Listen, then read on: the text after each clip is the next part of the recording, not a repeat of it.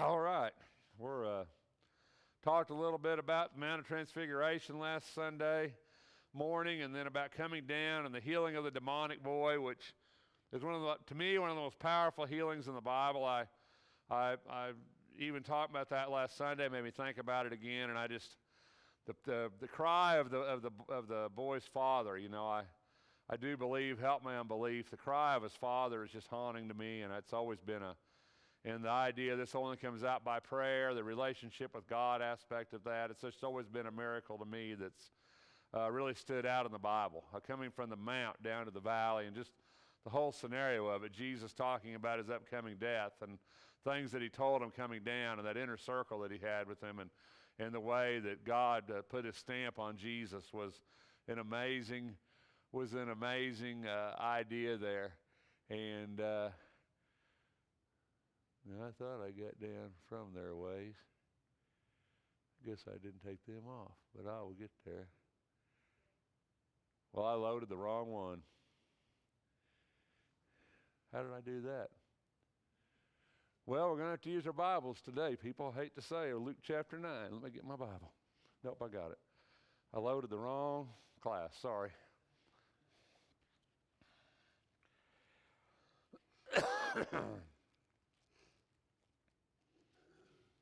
Apologize for that. Try to make it easy on you. Every once in a while, we need to get our Bible out anyway, don't we?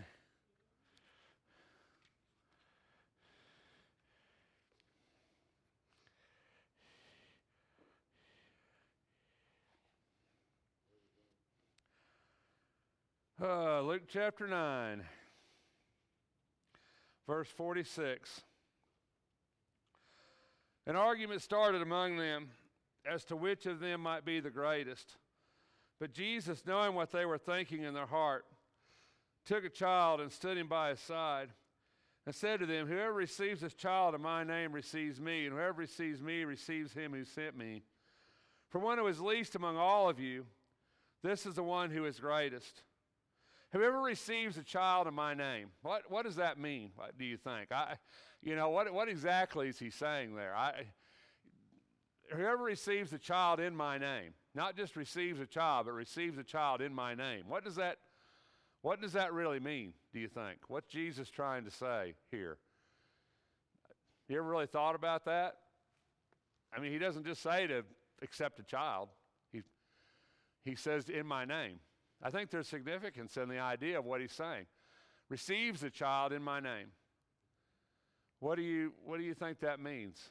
What do you think Jesus is? Who's the greatest, right? Who's the greatest?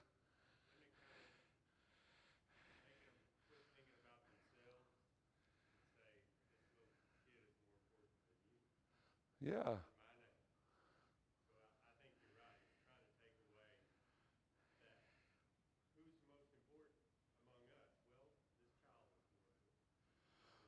Right.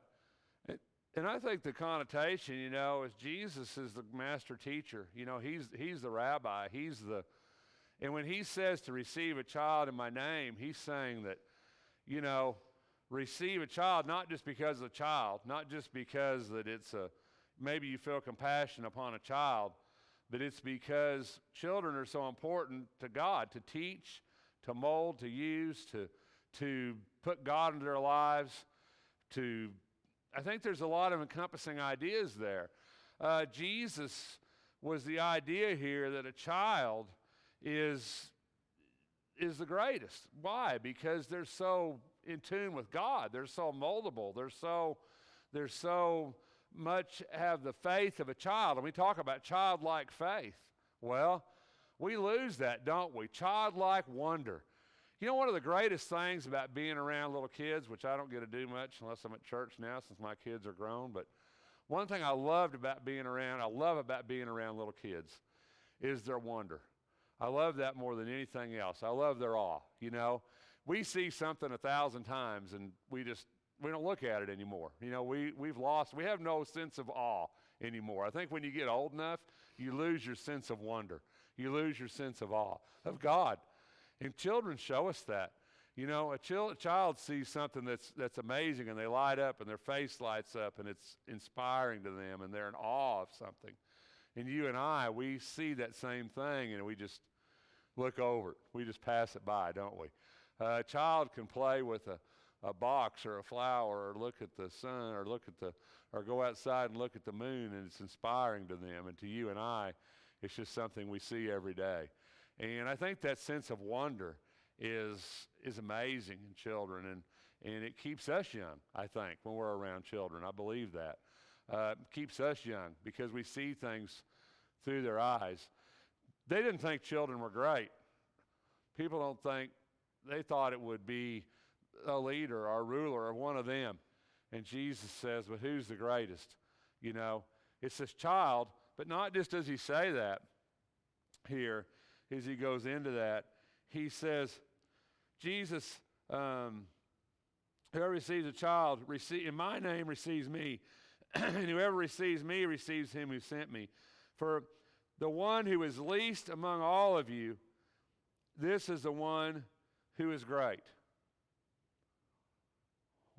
How does that work in God's kingdom? The one who is least among you is the one who is great. What makes us great in God's eyes? Can you answer that question? Huh?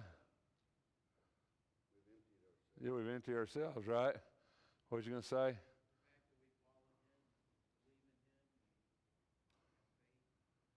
Try it, faith. You know, people who are really great, who think they're really great, people who really think they're smart, people who really think that they have it all going on, they're not great in God's kingdom. Because God wants us to understand that greatness doesn't come from us. Greatness doesn't come from my knowledge or my ability. Greatness comes from my reliance upon God in my life, the faith I have in my life. And that's one reason he compares it to children, because children have great faith. Now, I'm not saying faith in God per se, okay? Because I don't know that we can make that jump with a child, all right? But children have great faith, don't they? You ever really thought about that? They have faith in you as a parent. They have faith in the people around them. That's why when bad things happen to children, it so destroys them in their life, because you've broken their faith. I mean, they have faith that you're the one that's going to protect them, faith the one that you're going to take care of them, faith that people want the best for them.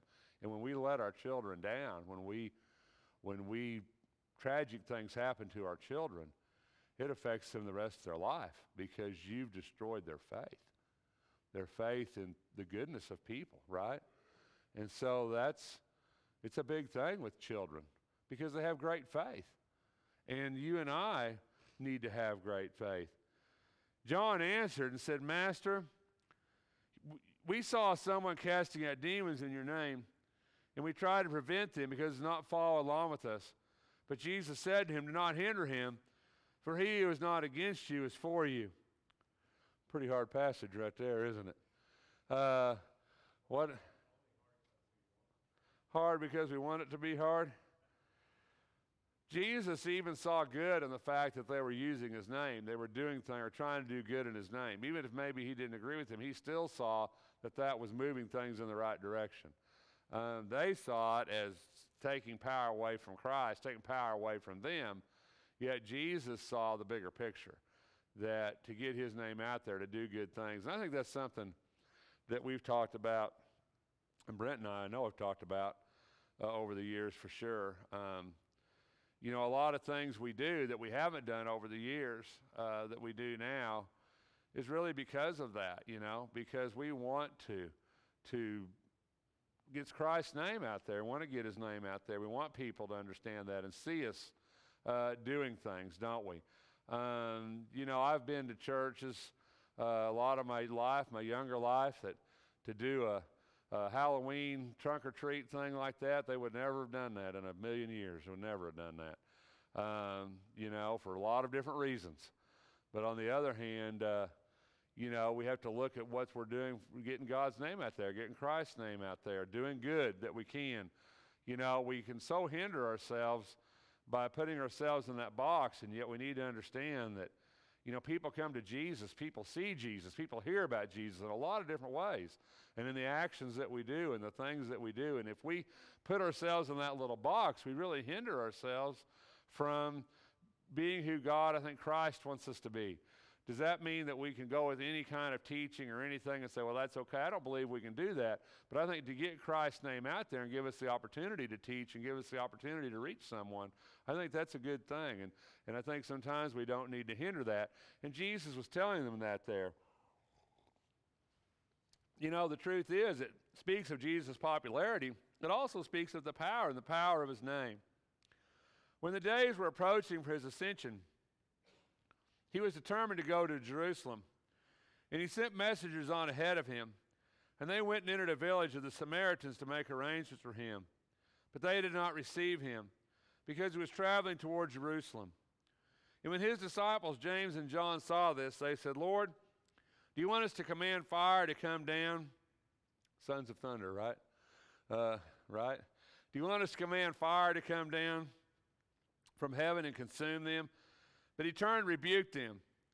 And he says, you do not know what kind of spirit you are of, for the Son of Man did not come to destroy men's lives, but to save them. And they went on to another village. Now you need to understand that verse 55 and 56, that's a variant. So, you kind of got to understand that. Might not have been in the original text where he says, you don't know what kind of spirit you're from. So I always kind of take that a little bit with a grain of salt when I get to that, when I see that's a variant in that passage. And so it's something you kind of got to look at a little bit deeper. So the idea here, though, is that he didn't want them to destroy what was going on there. He didn't want them, that wasn't their position. It wasn't their decision to do that. Command fire to come down, very reminiscent of Sodom and Gomorrah, the idea God's judgment, sending judgment upon the town. But they needed to understand their position was not that position. They weren't sent to condemn. They weren't sent to destroy. They weren't sent to harm. They were sent to teach, to save, to reach. So they were going beyond what they should have been doing. They weren't in authority to do that and would never be in authority to do that. And Jesus rebuked them for that and says, no, you're not going to do that. That's not what we're going to do. It does speak to us about the Samaritans. Jesus meeting the woman at the well in Samaria. The Jews, Jesus seemed to make it a point of going through Samaria instead of around. Everybody else went around. Jews went around. They went to the wilderness, went around Samaria, back into Judea. They'd leave Galilee, go across the Jordan, go around, go over, go into Judea. Because they didn't want to go through Samaritans, because they hated the Samaritans. But it seems Jesus almost made it a point of going through Samaria. The woman at the well, other instance he had with the Samaritans. And it wasn't Jesus himself that went here, was it? He sent them ahead. So it wasn't Jesus going into the village. It was those going in ahead of him to prepare for him. They wanted to have the power to do that. Jesus says, no, that's not for you to do. Interesting variant in the middle of that. The idea of the Son of Man not come to destroy men's lives, but to save them. It's not really a good reference for that.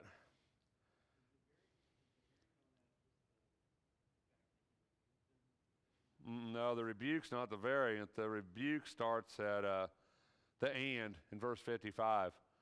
And said, you do not know what kind of spirit you are, for the Son of Man not come to destroy men's lives, but to save them. That quote right there is basically the variant in the text. Well, listen to American Standard. What are you reading?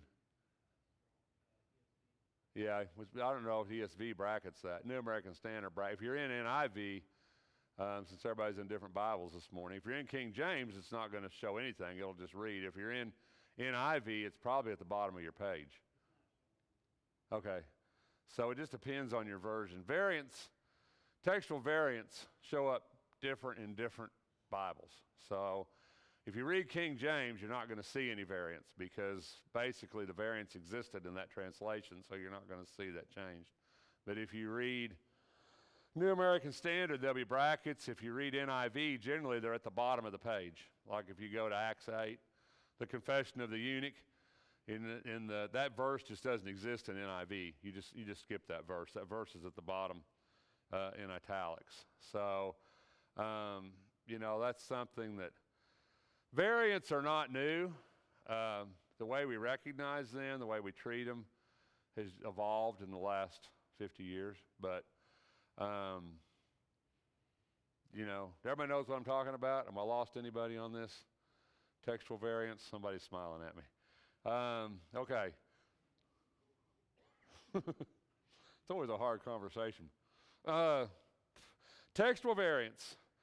Okay, basically what that means is King James was translated in 1611. Okay, 1611. That's a long time ago. Several centuries, right? King James is kind of the baseline translation that all translations more or less feed off of King James. Why was King James important? Because every translation before King James was translated. Okay, we'll go back a little more. Maybe this will make more sense. Originally, the Bible was written in Greek and Hebrew, okay? Except for a couple of books of the Bible that were Aramaic. Esther, Daniel, a couple Old Testament books are written in Aramaic. So you have three languages, original text in the Bible: Aramaic, Hebrew, Greek. Koine Greek, not modern Greek, Koine Greek. So you got three different languages. Originally, what happened was our good friend Jerome, the Saint Jerome, if you ever heard of him, big Catholic, Saint Jerome, he goes to Jerusalem way early on, lives in a cave, takes a lot of original Greek manuscripts, which still exist at that time, which are codexes. Originally, the Bible was on scrolls, okay? Texts were on scrolls. About a century later, after Christ, or maybe a century and a half, it began to be on what we call codexes, which are more like what we would call a book instead of a scroll. Those are codexes, okay? And, of course, none of those original texts have really survived the centuries because they're not on durable material, and we're talking about 2,000 years here, okay? So what happened over time was that these scrolls, these codexes, were, of course, copied to new ones, is what happened. And that's how that happened. And so Jerome goes to Jerusalem real early on. And Jerome goes to a cave, and he has some good original documents that no longer exist, obviously. And Jerome makes the Latin Vulgate, okay, which was the standard and is the standard Bible in Catholicism to this day, the Vulgate. So he put it into Latin, and that's the Latin Vulgate. Well, when they started translating it into English, which of course the Catholic Church did not want done, if you've ever gone through my classes on this, when they started translating into English, most of the translations, the Tyndale, a lot of them early translations, the Great Bible, translations like that, were translated from the Latin Vulgate. There's inherently issues with Latin Vulgate. One of the biggest issues is that there's more words in Greek than there is in Latin. That's one of the big problems you have. So you can't really get a lot of meaning of the Greek and the Latin because you really don't have enough words, if that makes any sense. That's one issue. So Erasmus, bless Erasmus's heart, Erasmus, he had all the Hebrew, the Greek, all these codexes, all this ancient text. And Erasmus is the one who first made a Greek translation of the Bible. In other words, he translated from the Greek. And the King James used Erasmus's stuff and the Vulgate and the oldest documents they had, and they put two different groups of scholars in two different universities, two different colleges, and they translated. One group did the Hebrew to the Old Testament. The other group did the Greek to the New Testament. And lo and behold, we wind up with the King James Version, 1611. Very major translation because it came out of the original language instead of out of the Vulgate, okay? Now, in Erasmus's stuff and in other ancient codexes, some stuff was written in margins, not written in the actual text. It was marginalized. Other things were later codexes. So what's happened since 1611, because that's a long time ago, right? What's happened in those 400 years, No, 600 years, where we're at, 400 years. What's happened in 400 years is that we've made a lot of archaeological discoveries in the last 400 years, and we've dug up a lot of old stuff and a lot of old codexes like the Textus Receptus and other things that we've dug up over the years. And these old codexes don't sometimes contain the exact wording of some of the later stuff and the translational stuff and the marginalized stuff that Erasmus used when he did that, when it really was what evolved into the King James in a sense. I'm kind of summarizing this maybe a little more than I should, but I'm trying not to get too deep into this. So basically what happened is when scholars go back and look at these oldest codexes, oldest stuff that we have, centuries old. We're talking second, third century stuff, really, really, really old. As they go back and look at these old codexes, and then they compare them to what we have today. Well, some passages are not in the original text. In other words, not in the oldest manuscripts. Let me put it that way, okay? There's big discussions about this. Some things are not in the oldest manuscripts. So when they're not in the oldest manuscript, the oldest copy that we have of that text, it's called a variant. Now there's actually like 1,300 variants in the Bible, or 1,600 or something, some big number. But most of them are stuff that's like punctuation, or quotations, or stuff that really makes absolutely no difference whatsoever. There's no textual variants that affect anything we believe, any doctrine we teach. There's nothing we need to prove anything that we already know, okay? There's a lot of theories about variants. Sometimes people think that they added them because for clarity. Sometimes people think it was an oral story that was handed down that along the way some scribe included into the text. Some people think that it was a marginalized thing in the text of the Greek that they moved into the main body of the text that had been marginalized for some reason over the centuries. So that's what we have. And there's a few real major variants in the Bible. I'm really getting off track this morning, aren't I? There's a few real major variants in the Bible. There's about 3 of them that really kind of are big variants. And those 3, the 3 biggest, I think, are the confession of the eunuch in Acts chapter 8, where he says, if you believest, thou mayest. And the eunuch says, I believe that Jesus Christ is the Son of God. That in the oldest manuscripts does not exist. In an NIV, that verse is moved to the bottom of your page. The other thing that's a big variant is the woman caught in adultery. Woman caught in adultery, where Jesus sat down and wrote in the ground. He says, he without sin cast we love that one, right? We quote that all the time. We love that one. He was without sin cast the first stone, and he looked up and said, where are your accusers? And they'd all left. And he says, go and sin no more. That's a variant. That whole piece is a variant. And then the whole end, the whole end of, I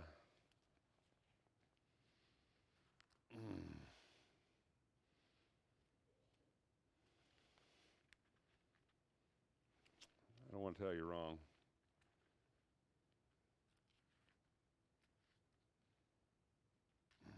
Hold on a second.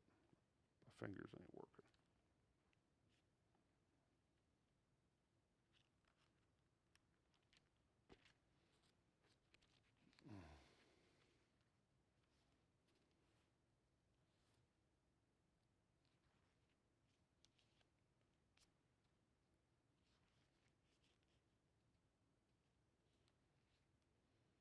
It would be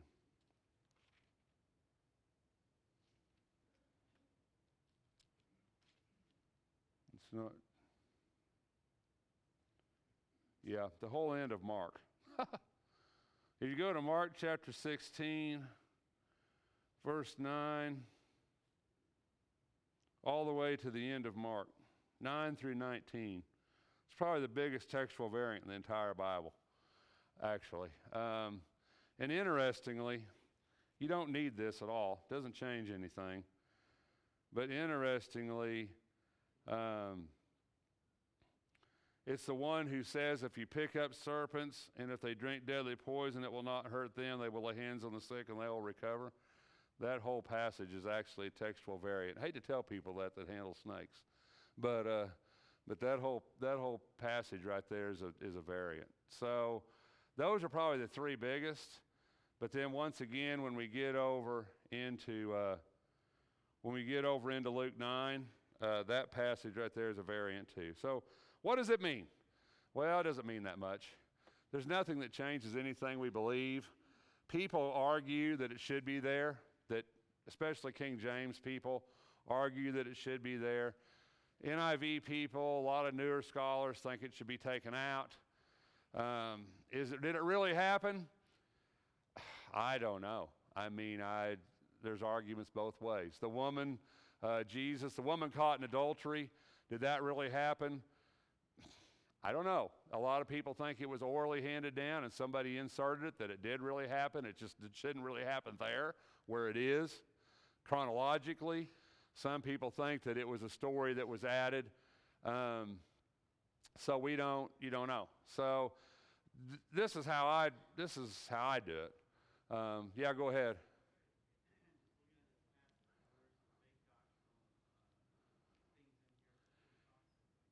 Yeah. For Pentecostals, it's a little different story, right?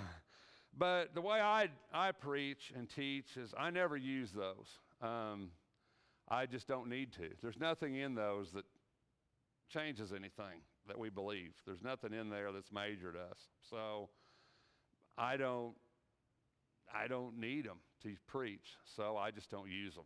I never preach sermon on the woman caught in adultery, and I just don't use them. So because I don't need to, and I just don't. So that's kind of where I stand on variance. But yeah.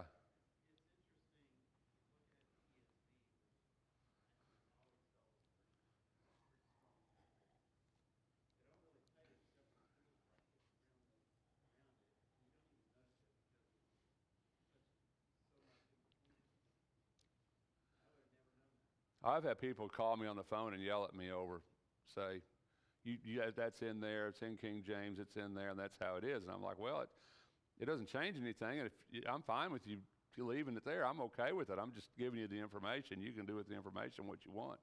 I mean, I'm not telling you, don't shoot the messenger. Just giving you the information. So anyway, that's what variants are. That's what that is right there. Just if you've never heard of that, that's what it is. Any questions?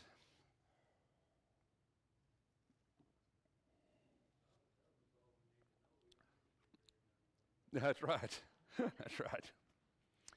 So he says, as they were going along the road, verse 57, someone said to him, I will follow you wherever you go.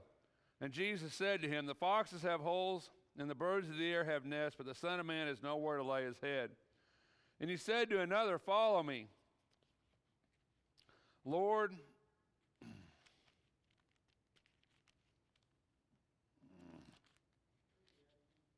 we're in Luke chapter 9, verse 59. The Bible absolutely will not turn that page. There we go. And it said, permit me first to go bury my father. But he said, allow the dead to bury their own dead, but as for you, go and proclaim the kingdom of God. Another also said, I will follow you, Lord, but first permit me to say goodbye to those at home.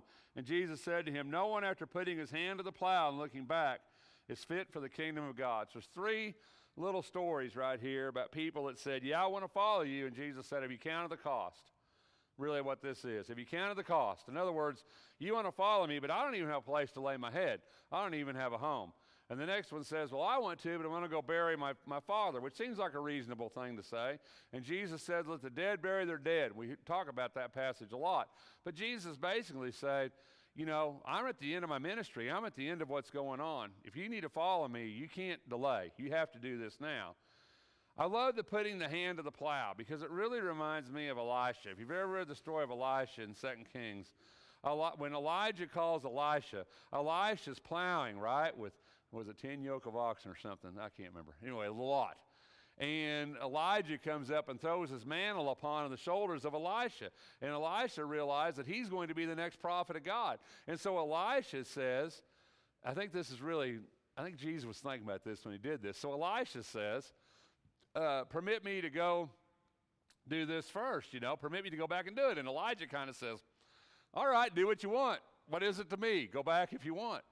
And so Elisha goes back and he kills the oxen and he breaks his plow up and he cooks the oxen, makes a sacrifice, cooks the oxen, feeds the oxen, because Elisha knows he's never going to go back to that plow, right? In other words, he broke the plow, right? And I really think that's what Jesus is saying here. If you set your hand to the plow, don't look back. I was baling hay one time with a guy, and I looked up and I said, I don't know, looks kind of rainy today. And he says, well, you're never going to get done looking up. So I think sometimes that's kind of how it is. You just got to, if you're going to do it, God, you got to put your hand to the plow, and you don't want to look back at what you had before, at your life before. And that's what Jesus is saying. If you do, you're not fit for the kingdom of God, Jesus says. We can't look back. Are there any comments about that passage? What a neat passage, isn't it? Yeah. Yeah, it is. It's hard to not look back, I guess, But, boy, the Bible's kind of full of these examples, isn't it? It's Lot's wife who looked back, and turned into the pillar of salt. Of course, we really think she didn't look back just to see the tornado, but she looked back to see she looked back because she longed to go back. She looked back because she wanted to go back, and she was turned into a pillar of salt. The path to heaven is linear, right? We got to keep looking towards our goal, looking towards heaven. That's what Jesus said. For the goal set before him, endured the cross, suffering and shame, sat down at the right hand of the throne of God. It's a goal set before him. We have to look forward as Christians. We can't look back, and yet our past is always telling us to look. But the truth is, we can't do that if we're going to be a Christian. We've got to move forward. And Jesus understood that. If we do, we're not fit for the kingdom. Jesus says, not fit for the kingdom. Powerful passages about following Jesus and the importance of it in our lives. And not letting other things, whether it be our burying the dead or looking back to our past or